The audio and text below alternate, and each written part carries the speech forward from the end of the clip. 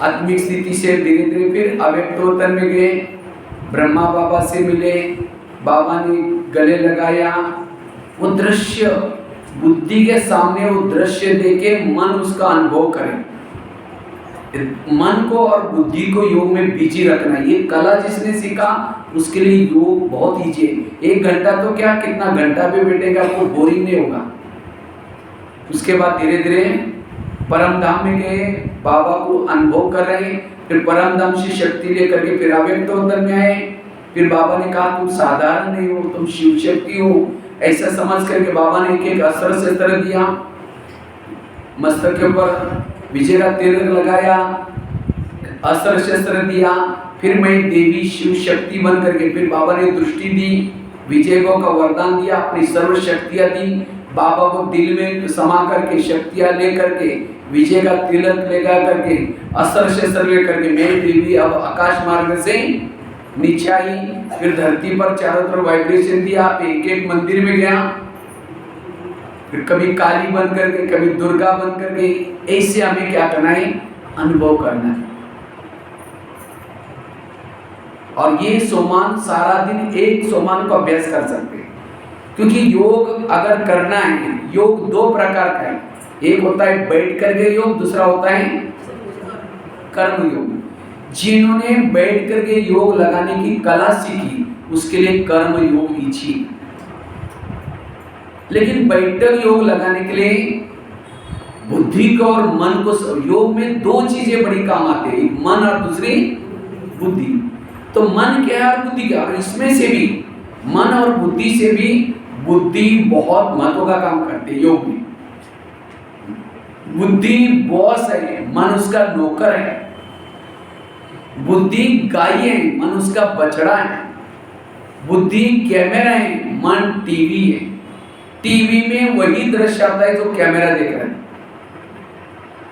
लेकिन हम करते क्या है, बुद्धि को यूज नहीं करते योग में। सीधा बैठेंगे, मन को विचार देंगे, मैं आत्मा हूं, शांत स्वरूप हूं, शक्ति स्वरूप हूं। जब मन को विचार देना बंद करते हैं तो बुद्धि के ऊपर जिस बातों को प्रभाव है, किसी ने कुछ बोला है, कुछ लेना है, कुछ देखा हुआ है, जिसका प्रभाव है वो बुद्धि तो देख रहे हैं। जैसे मन की विचार हम देना बंद करते हैं, बुद्धि जिसको देखते हैं वो विचार आना शुरू हो जाते हैं। फिर हम सोचते ये क्या हो गया, फिर दोबारा कहेंगे मैं आत्मा हूं, शांत स्वरूप, शक्ति स्वरूप। फिर कुछ समय के बाद फिर वही विचार आते हैं। इसीलिए पहले योग में बुद्धि का कैमरा सेट करो, पहले बुद्धि को सेटिंग करो। अगर आपको परम धाम में जाना है, बुद्धि का कैमरा परम धाम देखने में लगा दो। अगर आपको अव्यक्तोत्तन में जाना है, बुद्धि का कैमरा अव्यक्तोत्तन में लगाओ। तो जिन्होंने, क्योंकि हमारा योग मनोयोग नहीं है, कौन सा योग है, बुद्धि योग। बुद्धि गाय है, जैसे गाय यही है, बछड़े को मार पिटा करके दूर भगाएंगे, जाएगा जाएगा, छलांग लगेगा, वापस गाय के पास आएगा। इसी तरह हमारी बुद्धि यहाँ है और मन को कहते जाओ तुम परम धाम में जाओ, वो जाता नहीं, 2 मिनट में वापस आता है, क्योंकि गाय यही है। इसलिए बुद्धि जब जाएगी, मन बोलने की जरूरत नहीं, अपने आप पीछे जाएगा। जहां हमारा ध्यान होगा वहां हमारा मन होगा। इसीलिए ये हमें कला सीखने, ये जो टोटल ये ब्रह्मा कुमारी का ज्ञान है, मन को हल्का रखने के लिए और बुद्धि को स्वच्छ रखने के लिए ज्ञान है।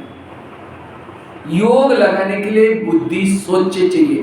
बुद्धि के ऊपर एक परमात्मा के सिवाय कोई भी बातों का प्रभाव ना हो। ये बाबा ज्ञान मुरली क्यों सुनाता है, बच्चे ये विनाश होने वाला है, सतयुग आने वाला है, ये सब कुछ जो भी देखते हैं नष्ट होने वाला है, ताकि ये सब बातें सुनने से बुद्धि का लंगर सही से कहीं से भी सभी से टूट जाता है। और कहाँ जाता है, बाबा के पास। इसलिए बुद्धि के ऊपर एक बाबा के सिवाय कोई भी वस्तु, व्यक्ति, कोई पदार्थ, किसी का भी प्रभाव ना हो। इसलिए योग में जब बैठते बुद्धि को समझा क्या होगा, योग में आते हैं बुद्धि अब तुमको परम धाम में जाने का मौका है। जिस परमात्मा को देखने के लिए युगों से लोगों के आंखों तरस रहे, तुमको घंटे तक जाने का मौका मिलेगा, तुम वही जाना, कहीं और न जाना। इसलिए विवेक को जागृत करके फिर बैठो, और तब जब योग में बैठेंगे, योग में सफल बनेंगे। बुद्धि ज्ञान की भाषा नहीं समझती, बुद्धि विजन की, दृश्य की भाषा समझते। हम कोई व्यक्ति को देखते हैं, हमारी बुद्धि उसमें फंस जाती है। तो बुद्धि कहां फंसते है? चित्र देखती है। तो इसी तरह आप बुद्धि के सामने परमधाम का चित्र दे दो, अव्यक्त होतन का चित्र दे दो, जब वो चित्र देखेंगे बुद्धि कहीं नहीं लगेगी इधर उधर। हम चित्र नहीं लेते थे और तब जाकर के फिर प्रॉब्लम आता है। और आंखें नहीं देखती, देखती कौन है योग में? बुद्धि देखती है। कान नहीं सुनता, सुनता कौन है? बुद्धि सुनती है। एक माता जी कहीं जा रहे थे, अकबर नमाज पढ़ रहे थे चद्दर बिछा करके। तो माता जी क्या होते हैं, चद्दर के ऊपर से गई। अकबर को तो गुस्सा आया, उसको बुला करके कहा तुम अंधी हो, गूंगी हो? अब वो आई नहीं, वो ऐसे ही चली गई। फिर 2-4 घंटे के बाद वापिस आई माता जी। तो अकबर ने देखा अच्छा वही माता जी जो मैं नमाज पढ़ रहा था चद्दर के ऊपर से गई थी। उसको बुलाया, कहा कि तुम आंधी गूंगी हो, तुमको क्या मैं आवाज लगाई सुनाई नहीं पड़ा? तो कहते महाराज मैंने क्या किया? तो कहता है तुम 2 घंटा पहले यहाँ से गई थी। हाँ, कहते गई थी।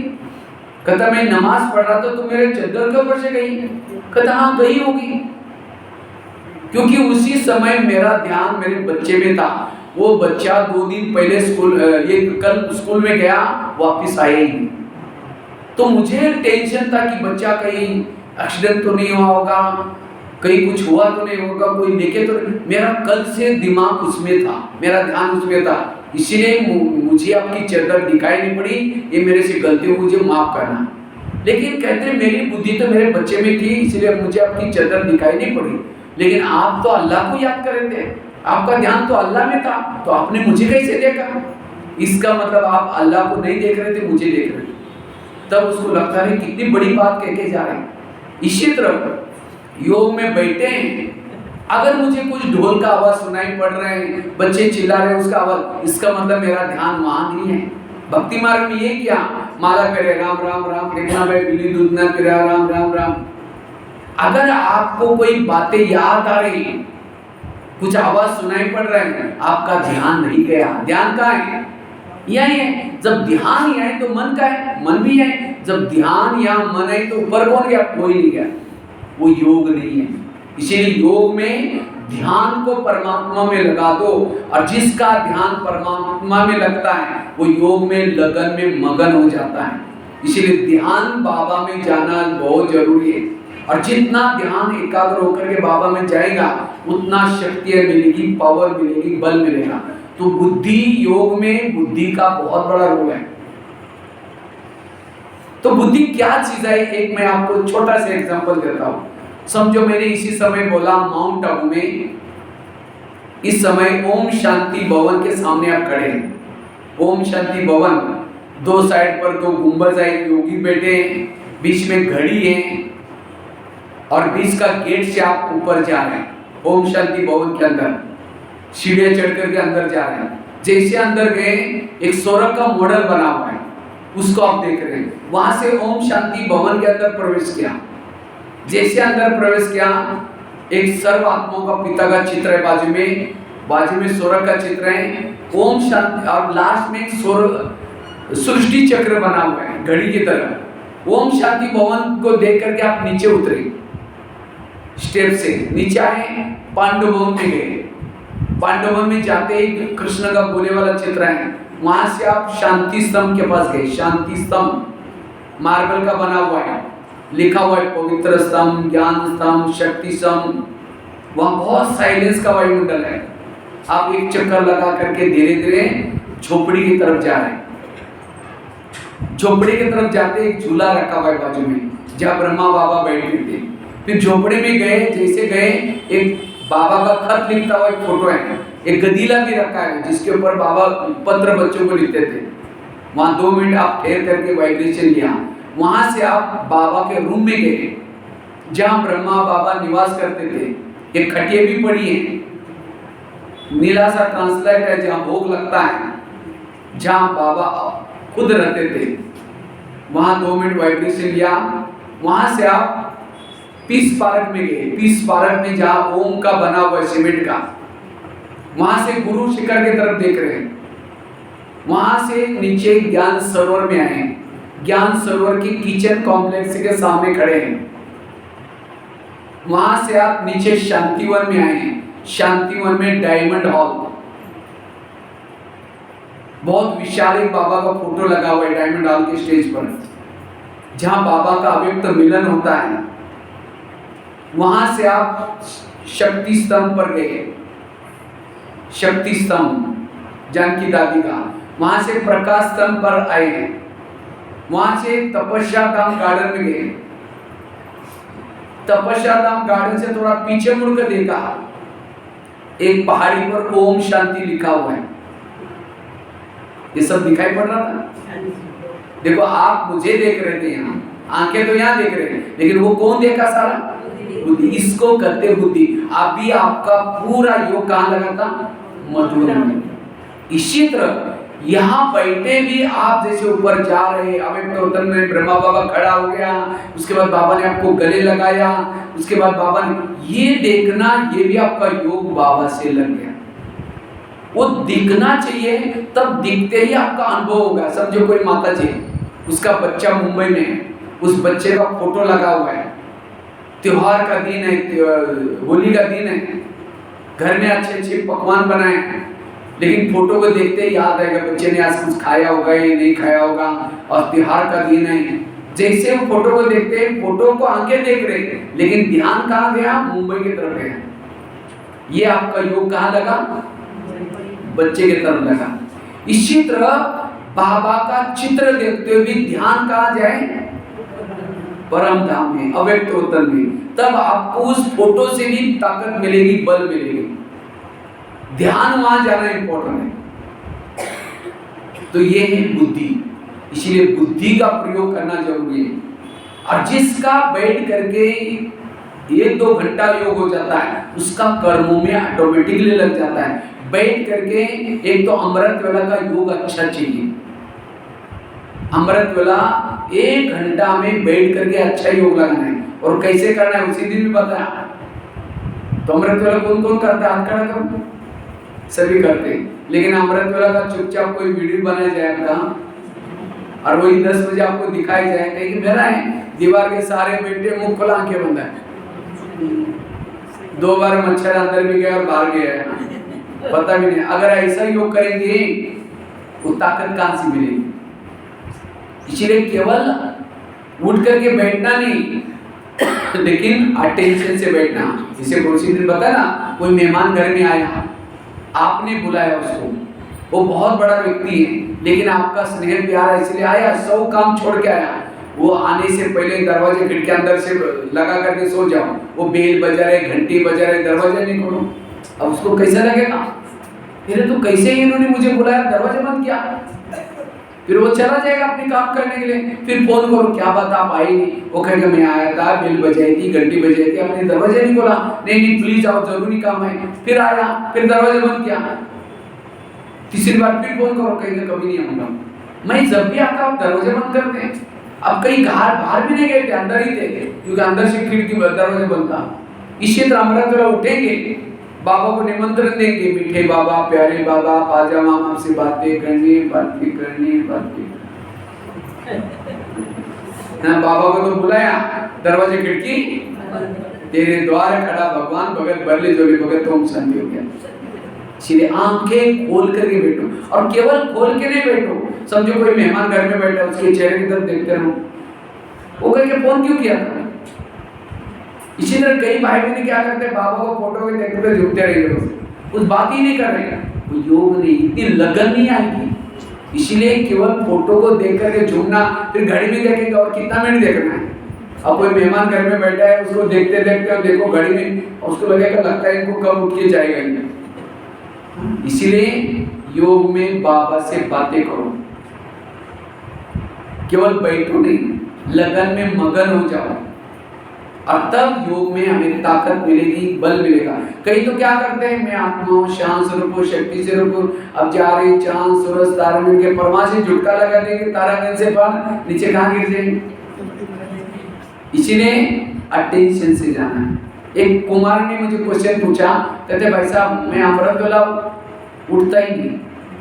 हमने कहा अलार्म लगाए करो।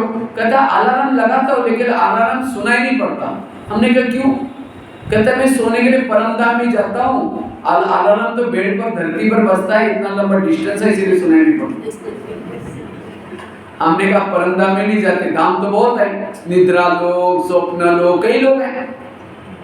एक कुमारी ने मुझे क्वेश्चन पूछा, कहते भाई साहब मैं अमृत तो उठती हूँ लेकिन परमधाम में नहीं जाती हूँ। हमने कहा क्यों? कहते उसी समय हमारे घर के ऊपर बहुत अंधेरा रहता है।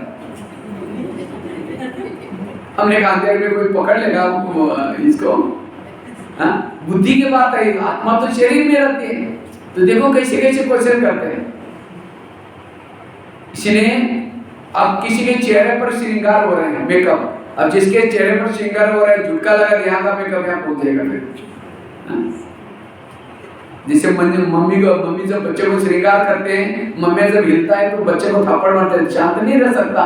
इसी तरह अमृत वाला योग कर रहे हैं, बाबा आपके भाग्य में लिखता है मैं इसको सोने का महल दूंगा, पुष्पक विमान दूंगा।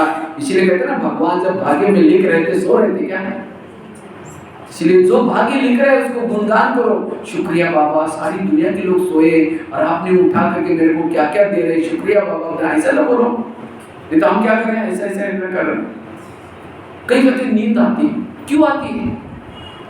रात को 2 बजे ट्रेन जा रही है और चाय वाला चाय चाय चाय करके झुका रहता है। उसको क्या दिखता है, अभी मुझे 50 रुपए मिलने वाले हैं, अगर मेरा चाय बिकेगा क्या मिलेगा?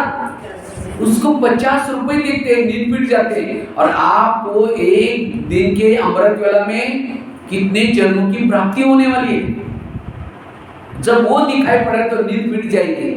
इसलिए अमृत वेला बाबा कहते हैं मैं रोज तुम्हारे घर में आता हूँ। दिखता है बाबा आता है, दिखता है। हाँ, कोई शराबी शराब पी करके गटर में पड़ा है और कोई उसको कहे कि 10 रुपए ले लो, जाकर घर में सो जाओ, वो क्या करता है, मैं आ जाऊँ, मुझे कुछ नहीं चाहिए, क्योंकि उसको नशा है। इसी तरह अमृत वेला बाबा वरदानों का झोला लेके आता है, कहते बच्चे कुछ चाहिए, लेकिन हम ऐसे झूम रहे, कुछ नहीं चाहिए, मैं आ जाओ। कई तो दिन में झूमते हैं तो अमृत वेला पता नहीं क्या करते हैं, कहीं ऐसे ऐसे करते रहते हैं। मैं देखता हूँ कई भाई बहन मधुबन में बाबा मिलन में आते हैं, तो डायमंड हॉल में बाबा मिलन में अमृत वेला करने के लिए आते हैं। जब अमृत वेला करते करते कहीं तो ऐसे सो जाते हैं, लोगों ने अमृत वेला पूरी करके चले गए, नहा धो करके दोबारा उसका योगी लगा पड़ा। अगर थोड़ा उसको हिलाते ना, कहता है 10 मिनट योग करके फिर जाऊंगा, उसको लगा ये अमृत वेला चल रहा है। ये है बेहोश स्थिति। ऐसे बेहोश स्थिति में नहीं बैठो, होश में बैठो। इसलिए अमृत वेला में, और ये कौन नींद करता है? जो देह भान में रहता है, जिसको मन भारी है। जैसे लोहे का मन लेकर के ऊपर पे हो जाएगा, ऊपर लोहे का मन ऊपर नहीं जाएगा, मन हल्का चाहिए। इसलिए जो हल्का रहता है, पॉजिटिव सोचता है, उसको योग में नींद नहीं आएगी। नींद किसको आते हैं? जो ज्यादा नेगेटिव में जाता है, गलत सोचता है। इसलिए में योग अटेंशन से करना है। और अमृत वेला सारे दिन का फाउंडेशन है। अगर मुझे सारा दिन अच्छा करना है तो अमृत वेला क्या करनी है? पावरफुल। लेकिन अमृत वेला का फाउंडेशन क्या है? रात को सोने की पहली की बेला, यह अमृत वेला का फाउंडेशन है। लेकिन रात को सोते समय हम कैसे सोते हैं? बिस्तर डाल देंगे, बाबा कहेंगे बाबा गुड नाइट, आज तो बहुत थक गए, दिन में रेस्ट नहीं किया था, घर में मेहमान आए थे, अभी मुझे नींद आ रही है, अमृत वाला पता नहीं क्या होगा, बाबा आप जरूर जगा देना। फिर कहेंगे कल सवेरे उठना है, बर्तन मांजना है, फिर उसने ऐसा बोला वैसा बोला करके सो गए। तो बाबा तो ओबीडिएंट सर्वेंट है, जगाता है। जगाने के बाद घड़ी भी देखेंगे, सोचेगा अभी तो 4 to 5 मिनट कम है, थोड़ा 5 मिनट पड़े पड़े रहेंगे। 5 मिनट के लिए गए, 5 बजे का पता भी नहीं चला। ये क्यों हो गया? क्योंकि रात को सोते समय आपने यही विचार किया, और सवेरे उठते ही फिर बर्तन याद आएगा। और कहते हैं ना, सवेरे सवेरे तुमने किसका मुंह देखा? जिसने बर्तन का मुंह देखा उसका सारा दिन कैसे जाएगा? खिटपिट ही जाएगा। सवेरे उठते ही बाबा याद आए। इसीलिए रात को सोते समय गाड़ी को, उसी दिन बताया था, गाड़ी को गैरेज में लगा करके सोने के लिए कहाँ जाओ? बाबा के पास सो जाओ। कोई ना कोई अव्यक्त मुरली पढ़ करके सो जाओ, अमृत वेला बहुत अच्छी होगी। और जिसकी अमृत वेला अच्छी है उसका सारा दिन बहुत अच्छा जाएगा। सवेरे सवेरे बाबा तो आता है, लेकिन माया की तरफ से कौन आता है? कौन आता है? आलस। और याद रखना, आलस के पीछे माया की सारी सेना छिपी है। अभिमन्यु को क्या किया? अभिमन्यु को धीरे धीरे अर्जुन से दूर किया। कहता है, अभिमन्यु तुम मेरे से अगर लड़ना चाहते मेरे से लड़। उसको लगता है छोटा सा सैनिक मेरे लिए लड़का रहा है, वो उसके पीछे गया, पीछे पीछे पीछे गए। और उस समय चक्रव्यूह बनाने का उनका प्लानिंग था, और चक्रव्यूह बना करके अभिमन्यु को ऐसा फंसा दिया, सभी महारथी ने मिलकर के मार दिया। इसी तरह माया भी आपको मारने के लिए रोज चक्रव्यूह बनाते हैं, और उसके लिए सवेरे सवेरे काम विकार नहीं आएगा, क्रोध भी नहीं आएगा। किसको भेजेगा? मामूली सैनिक। कौन? आलस। माया कहते जाओ तुम उसको सुला दो, बाकी मारने का काम हम देख रहे थे। फिर आलस आएगा, बहुत मीठा बोलेगा, सो जाओ आपकी तबीयत खराब हो जाएगी, रात को मच्छर काटे थे, तबीयत भी थोड़ा ये है, थोड़ा सो जाओ, 5 मिनट के लिए सो जाओ। बहुत मीठा बोलेगा, सुला देगा। जब आलस आपके पास आया, पर चिंतन कहेगा मेरा भाई गया मैं भी चलता हूँ। फिर दूसरा क्रोध भी आएगा, मोह भी आएगा, सारे विकार आकर के ऐसे बेवकूफ मारेंगे। फिर देखिए माया कैसे आई? क्योंकि आलस ने आपको बाबा से दूर किया। इसलिए सवेरे उठते किसका फोन करो? आलस का। सवेरे सवेरे जो 4 बजे गदीले पर सोता है उसको गधाई मिलती है। अगर सत्यु की रजाई चाहिए, सवेरे उठते ही रजाई का त्याग करो। रजाई मतलब आजकल तो रजाई नहीं यूज करते हैं, लेकिन ठंडी में क्या अच्छी लगती है? रजाई बड़ी प्यारी लगती है। जिसको रजाई अच्छी लगती है, रजाई उसकी। इसलिए हमें आलस के वश नहीं होना है, एक्टिव होकर के बैठना है। तो अमृत वेला हमें अच्छी तरह बैठना है। और अमृत वेला विधि क्या है? बुद्धि से बाबा को देखना, मन से बाबा के बारे में सोचना। ऐसा पावरफुल योग करो। जैसे मैंने उसी दिन मोबाइल का एग्जाम्पल दिया था। जैसे मोबाइल योग और कुछ नहीं, योग की सरल विधि है। जैसे मोबाइल को चार्जिंग करते हैं, वैसे हमें क्या करना है? बाबा ने जगह जगह पर आत्मरूपी बैटरी को चार्ज करने के लिए पॉइंट बनाया। हर शहर में 1-2 पॉइंट बनाया। ये सेंटर क्या है? आत्मरूपी बैटरी को चार्ज करने का प्लग क्या है? तो हमें दिन में एक बार, जैसे मोबाइल को चार्ज करने के लिए प्लग के पास लाकर रखते हैं, इसी तरह हमें भी शरीर को क्या करना है? दिन में एक बार लाकर के प्लग के पास रखना है। अच्छा, मोबाइल को प्लग के पास रखा, तारे नीचे पड़ी, चार्ज होगा? इसी तरह हमने भी शरीर को लाकर के क्लास में पटका दिया, मन बुद्धि ऊपर लगाई नहीं, तो क्या आत्मा में ताकत आएगी? केवल यहाँ आने से नहीं चलेगा। यहाँ आने के बाद भी मन बुद्धि कहाँ लगा दो? ऊपर परम धाम में बाबा के साथ। अच्छा, एक तार डाली, दूसरी बार है तो भी चार्ज नहीं होगा, दोनों भी तारें लगानी पड़ती है। इसी तरह मन लगाए, बुद्धि नहीं लगाए तो भी नहीं होगा चार्ज। अच्छा, दोनों तारें डाली, लेकिन बाजू का बटन रात भर बंद कर, चार्ज होगा? इसी तरह हमने मन बुद्धि लगाई, लेकिन स्मृति का स्विच ऑफ है, उस वजह नहीं डब के बैठे बस आधा घंटा, कोई आत्मा शक्ति नहीं आएगी। इसलिए स्विच चालू करो, स्मृति करो, बाबा ने मेरे ऊपर क्या उपकार किया, बाबा के कुछ उपकार है हमारे पर। अगर एक एक उपकार को याद करो, आंखों से आंसू आएंगे। अभी मैं जब योग में बैठा था, शुरू में एक गीत बज रहा था, बाबा मुझे आपने क्या से क्या दिया, जो मेरे लायक ना था उससे भी ज्यादा तुमने दिया। सचमुच आज हमें बाबा ने क्या क्या उपकार किए, अगर एक एक उपकार को याद करो, आंखों से आंसू आएंगे। इतने उसके उपकार हैं। जैसे कोई व्यक्ति गटर में पड़ा है, लोग थूक के जा रहे हैं, नाक पकड़ करके जा रहे हैं, उछल रहे हैं, गल रहे हैं, कोई नहीं, रास्ते में बहुत लोग जा रहे हैं लेकिन उसके पास कोई नहीं जा रहा है। लेकिन एक व्यक्ति बहुत अच्छा, जिसने कपड़े अच्छे पहने, वो उसके पास जाता है। वो ये नहीं सोचता उसकी बदबू मुझे लगेगी, उसकी बीमारी लगेगी, वो सीधा उसके पास गया और उसको गटर से निकाला, और छोड़ा नहीं, निकाल करके सीधा गले लगाया। ये नहीं सोचे मेरे कपड़े खराब हो जाएंगे, सीधा कहा उसके आंखों के आंसू पोंछे, सीधा उसको उठा करके एसी गाड़ी में रखा। ये भी नहीं सोचे मेरी गाड़ी खराब हो जाएगी। फिर घर में लेके आया, अपने हाथ से उसको मलहम पट्टी कर रहा है, खिला रहे, पिला रहे, दवाई पानी दे रहे हैं। क्या उस गटर में गिरा हुआ व्यक्ति कभी भूलेगा उसको? कहेगा मैं इसको कभी नहीं भूल सकता, इसने मुझे जी दान दिया है। इसी तरह आज हम भी 63 जन्मों से विकारों के गटर में गिरे थे, किसी ने उठाया? कितने माँ बाप मिले, कितने भाई बहने मिले, उठाने के तो छोड़ो, और ही लात मार करके गिराया। हमने शादी की, तुमको करनी पड़ेगी, हमको लोग क्या बोलेंगे, इसलिए हम गिरे, तुमको भी गिरना पड़ेगा। गिराया, किसी ने उठाया नहीं, तो परम धाम से बाबा आया इस पति दुनिया में। खास आपके लिए, कहा आपका फाजिल का, कहा ये ब्रह्मांड, कितनी बड़ी सृष्टि है, इस सृष्टि से भी बड़े बड़े ग्रह है, लेकिन उस परम धाम से आपके ऊपर नजर पड़ी उसकी, और आपके लिए खास उसने कितनी बहनों को सरेंडर किया, दादियों को समर्पित किया, मेला किया, झून हेडक्वार्टर खोला, और यहाँ ला करके आपको अगम निगम के सारे भेद खोले, ज्ञान का डमरू बजा बजा करके, मैं कौन हूँ, तुम कौन हो, सृष्टि कैसी चलते, एक एक बात कोई छिपाई नहीं बाबा ने। आज जो श्री श्री श्री श्री क्या टाइटल लेते, उसको पूछो आप कौन है, मैं श्री श्री ये हूँ।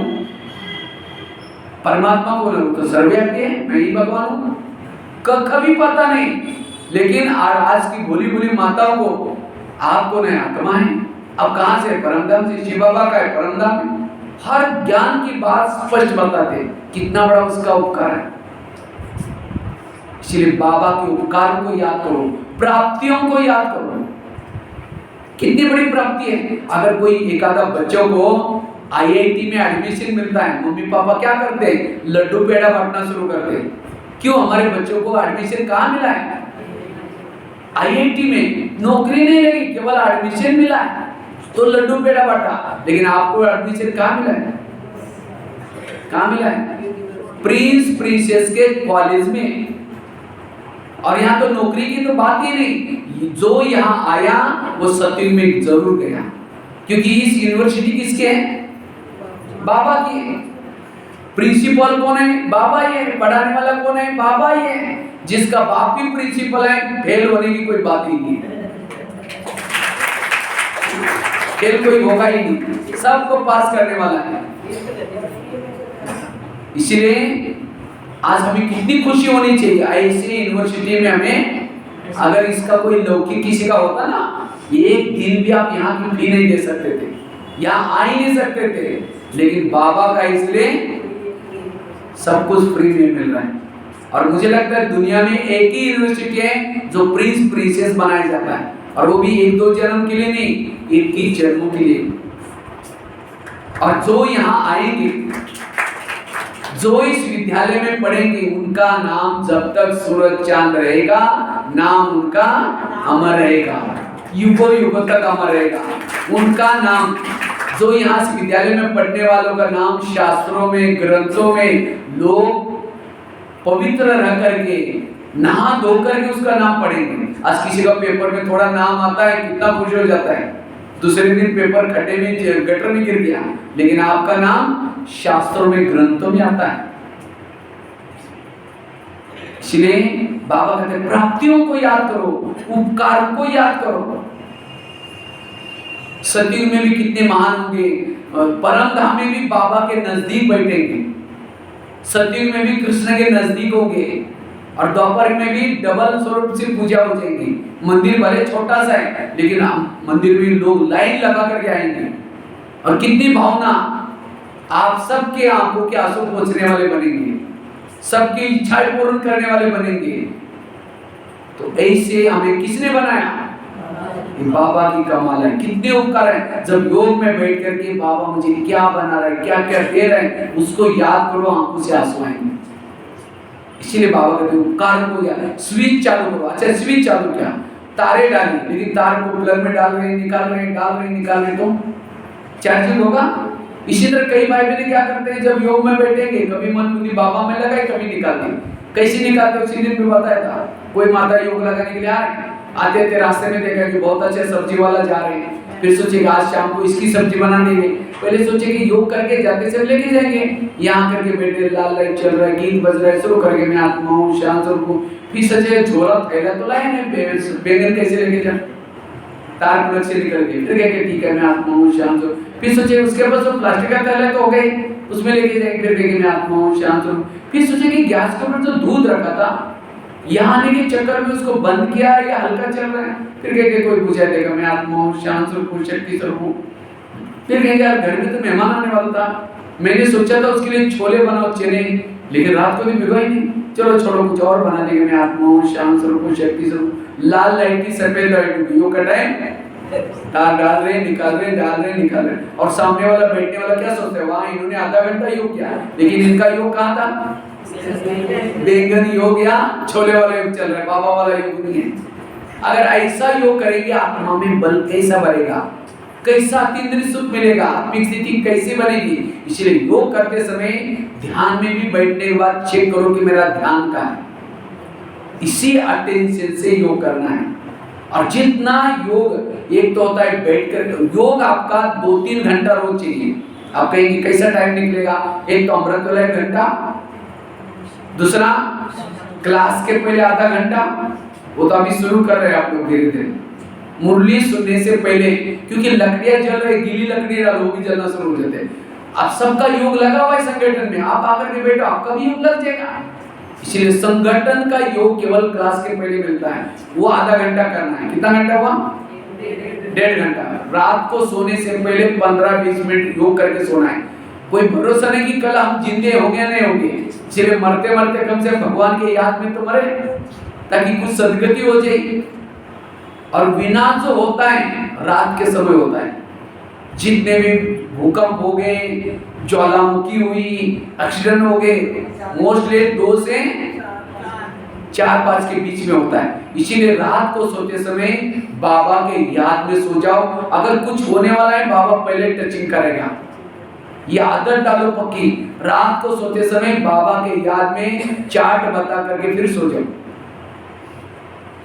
दादी प्रकाशमणि बहुत खुश रहती थी, तो दादी को मीडिया वालों ने पूछा दादी जी आप इतनी खुश क्यों रहती हैं? दादी कहती मैं रात को जब भी सोती हूँ बाबा के रूम में जाती हूँ, बाबा कहते बाबा ये शांतिवन तेरा, ज्ञान सरोवर तेरा, मधुवन तेरा, सारी बहनें तेरी, जोन तेरे, सारे जिज्ञासु तेरे, तुम जाने तुम्हारा काम जाने, सारे बोझ बाबा को देखे सोते थे। इसी तरह हमें भी कैसे करना सोना है, रात को सोते समय बाबा के फोटो के पास जाकर के कहो बाबा ये बच्चे तेरे, ये बहू तेरी, दुकान तेरा, खेती तेरी, पति तेरा, सास तेरी, मैं खुद भी तेरी, तुम जाने तुम्हारा काम जाने। हल्का होकर के सो जाओ। आप कोई फाजिलका वाले नहीं हैं, आप सभी मधुवन निवासी हैं। पिछले जन्म में आप लोग कहाँ थे? फाजिलका वाले थे, लेकिन अभी कहाँ के हैं? मधुवन के हैं। मधुवन से बाबा ने आपको यहाँ क्यों भेजा है? सेवा के लिए, क्योंकि आपका उस पति के साथ ही जन्म का बहुत रिश्ता है, क्योंकि जन्म जन्मांतर उसने आपको बहुत सहयोग दिया है, इसलिए उसका आपका कार्मिक अकाउंट है। उन्हीं बच्चों के साथ, उसी पड़ोसी के साथ अकाउंट है, इसलिए आप घर में नहीं रहते, सेवा केंद्र पर रहते। घर क्या है आपका? सेवा केंद्र है। जैसे सेवा केंद्र में जो बहनें रहती है आप लोगों के साथ प्यार है, लेकिन लगाओ नहीं, प्यार बहुत है। इसी तरह पति के साथ, बच्चों के साथ प्यार रखो, लेकिन लगाओ नहीं रखो। अगर कोई बच्चा नहीं सुनता तो क्या कहो? ये नहीं कहो कि बाबा मेरा बच्चा सुनता ही नहीं, मेरा पति सुनता नहीं, वो कहेगा तुम्हारा है ना, तुम देख लेना। बाबा को ऐसे कहो बाबा जिस पति की सेवा करने के लिए मुझे आपने यहाँ भेजा है मधुबन से, वो आजकल थोड़ा नहीं सुन रहा है, फिर बाबा मदद करेगा। हम कहते हैं मेरा पति, वो कहेगा तुम्हारा, तुम देख लेना, मेरा कुछ ही नहीं, मैं एक सेवादारी बन करके यहाँ मुझे यहाँ आत्मरूपी सीताओं को ढूंढने के लिए भेजा है। आप एक हनुमान हो, कहीं भी मार्केट में जाते हैं, क्या समझो मैं सीताओं को ढूंढने के लिए चलने वाला हनुमान हूँ। जैसे राम बाकी सारे बंदर कहाँ गए थे जब सीता को ढूंढने के लिए? बाकी सारे समुद्र के पहले बैठे थे और किसको भेजा था लंका में? हनुमान को। क्यों हनुमान को क्यों भेजा था? उसको पता है कि ये जाएगा सीता को ढूंढ करके सही सलामत में आएगा, बाकी किसी को भेजेगा मार करके वापस आएगा। इसीलिए बाबा को विश्वास है कि मैं इसको फाजिलका में भेजूंगा, ये अच्छी तरह सेवा करके वापस आएगा। इसीलिए बाबा का विश्वास है, लेकिन हमें डाउट है। और खास तो आप तो बॉर्डर पर रहने वाले हैं। जो बॉर्डर पर रहने वाले सैनिक कैसे होते हैं? ताकत वाले होते हैं, एक्टिव होते हैं। अगर कोई बॉर्डर वाला मर भी जाता है युद्ध करते करते, उसको पद्मवीर चक्र मिलता है मिलिट्री में। और ये जो हेडक्वार्टर में रहते हैं वो तो कोई काम, ये क्या तो उन्होंने कौन सी बहादुरी की। इसी तरह आप शक्तिशाली, इसलिए बाबा ने आपकी बॉर्डर पर रखा है आपको। इसलिए कमजोर नहीं समझना अपने आप को, सिलेक्ट करके बाबा ने आपको रखा हुआ है। तो इसीलिए जब भी कहीं जाते हैं, मैं आत्मा रूपी सीताओं को ढूंढने, हनुमान जब जाता है वहां जाकर ये नहीं सोचता अरे राम के पास तो कुछ भी नहीं है, वो जंगल में भटकता है, यहाँ तो कितनी अच्छी लंका है, अब यहाँ ही डेरा डालो, कितना अच्छा बगीचा है, खाओ पियो मौज करो, वापिस जाना ही नहीं सोचा। उसको लगा कि सीता ने कुछ उसको दिया था, वो काट करके फेंक दिया। वो कहते ये क्या किया? कहते जिसमें राम का नाम नहीं वो चीजें मेरे कोई काम के नहीं। इसी तरह हमें भी बाबा ने यहाँ कोई पैसा कमाने के लिए, कोई टीवी देखने के लिए, मोबाइल देखने के लिए, इसके लिए नहीं भेजा। जिसके लिए भेजा वही काम करो।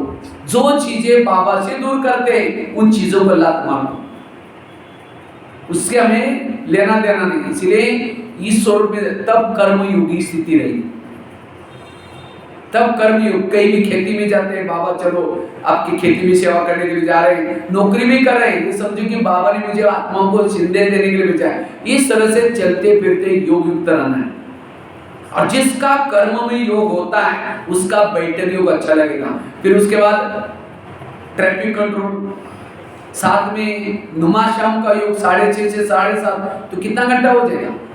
2-3 घंटा हो गया। अमृत वेला 1 घंटा, रात को क्लास के पहले आधा घंटा 1.5 घंटा, ट्रैफिक कंट्रोल वो भी आधा घंटा हो जाएगा। अगर ट्रैफिक कंट्रोल याद भी नहीं आता, जब भी कहीं घर से बाहर जाते 2 मिनट बाबा को याद करके फिर निकलो, कोई भी काम करते बाबा के, तो ये हमें नियम बनाने हैं। तो सहज आपका बैठ करके 2-3 घंटा योग हो जाएगा। और साथ में कर्म योग। इसलिए हमें योग को विधि पूर्वक बनाना है। और जितना योग का सब्जेक्ट, अच्छे स्टूडेंट किसको कहते हैं? जिसका इंग्लिश अच्छा, मैथ्स अच्छा, उसको अच्छा स्टूडेंट माना जाता है। इसी तरह इस ब्रह्मा कुमारी में पावरफुल वो है जिसका योग का सब्जेक्ट अच्छा है। इसलिए योग को ज्यादा से ज्यादा बनाओ, लेकिन वो भी योग कैसा चाहिए? विधि पूर्वक योग चाहिए। मैंने इस ज्ञान में आया था, मैंने अपनी कहानी सुनाई थी। जब मैं गीता पाठशाला में जाता था, बहनें कभी बोलती थी बेचारा गरीब बच्चे भी आता है, पता नहीं सत्युग में आएगा नहीं आएगा। मुझे पहले ज्ञान सुनाने नहीं आता था, लेकिन मैंने ज्यादा से ज्यादा योग किया और उस योग में जो अनुभव हुए वो अनुभव मेरा ज्ञान के रूप में प्रकट हुआ। ये कोई मैं लेक्चर से नहीं कर रहा हूँ, लेकिन मैंने जो अपने जीवन में अनुभव किया वो अनुभव की बातें आपको सुना रहा हूँ। इसीलिए मैं योग के सब्जेक्ट को अच्छा बनाना है, लेकिन योग के सब्जेक्ट को अच्छा बनाने के लिए कुछ धारणाएं चाहिए। पहली धारणा है आत्म अभिमानी स्थिति बनाने की धारणा, दूसरे है पर चिंतन से बचने की धारणा, तीसरे है श्रीमत प्रमाण चलने की धारणा, चौथी है सहन शक्ति की धारणा, पांचवी है संस्कारों को परिवर्तन करने की धारणा, छठी है दुआएं लेने की धारणा। अगर आपने किसी की बददुआई ली है, योग में बैठेंगे, समझो कोई सास है, बहू को मार करके झगड़ा करके आई है, बहू की निगेटिव संकल्प चल रहे हैं, अब ये परमधाम जा रहे हैं, वो नीचे खींच रहे हैं, ये ऊपर जा रहे हैं, नहीं जा सकते। इसीलिए सारा दिन दुआएं लो।